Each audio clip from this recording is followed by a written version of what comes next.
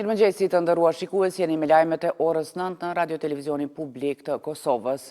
Presidenti Vjosa Osmani ka uruar presidentin e ri të Malavit, Arthur Peter Mutharika, me rastin e marrjes së detyrës. Në një postim në rrjetet sociale, Osmani i ka dëshiruar suksese në udhëheqjen e vendit drejt prosperitetit të mëtejshëm.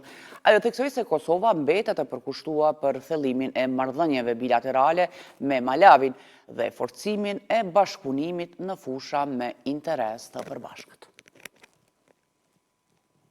Kryeministri në detyrë Albin Kurti deklaroi se në takim me presidentën e Komisionit Evropian Ursula von der Leyen, e cila në kuadër të turit ballkanik të mërkurën ishte për vizitë në Kosovë, është riafirmuar përkushtimi i Kosovës për antarësim në BE, një synim që sipas tij pasqyrohet në forcimin e demokracisë dhe rritjen ekonomike të vendit. Në një deklarim në rrjetet sociale, Kurti u shpreh se me presidentën von der Leyen kanë diskutuar për thellimin e bashkëpunimit ndërmjet Kosovës dhe Bashkimit Evropian në disa fusha me rëndësi, siç janë forcimi i bashkëpunimit në fushat e teknologjisë, informacionit dhe komunikimit, mbrojtjes dhe bujqësisë. Komisioni Evropian ka lëshuar fonde për Shqipërinë, Malin e Zi dhe Maqedoninë e Veriut si pjesë e planit të rritjes së BE-s për Ballkanin Perëndimor.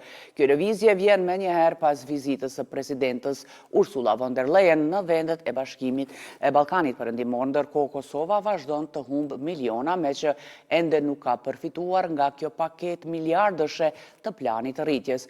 BE i ka kërkuar Kosovës që t'i themeloj institucionet e reja pas zgjedhjeve të shkurtit në mënyrë që të bëhet lëshimi i mjeteve.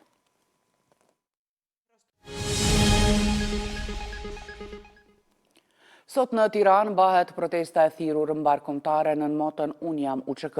Protesta është organizuar në mbështetje të krerëve të UÇK-s që po gjykohen në Hag. Nga OVL e UÇK-s kanë konfirmuar pjesëmarrjen e mbi 70 autobusëve me ish ushtar nga Kosova për protestën e sotme në sheshin Skënderbej. Protestë me qëllim të njëjtë është mbajtur në shtator edhe në Hag e më parë në Prishtinë. Ish punëtorët e rilindjes do të protestojnë sot në orën 12 pranë selisë së Agjencisë Kosovare për Privatizim. Ata do të kërkojnë pagesën e 20% të truallit prej 5.5 hektarësh, e cila sipas tyre është ende e papaguar. Kjo protestë organizohet për të kërkuar zgjidhje të menjëhershme për vonesën e pagesat që ka krijuar shqetësime të mëdha për punëtorët dhe funksionimin e ndërmarrjes.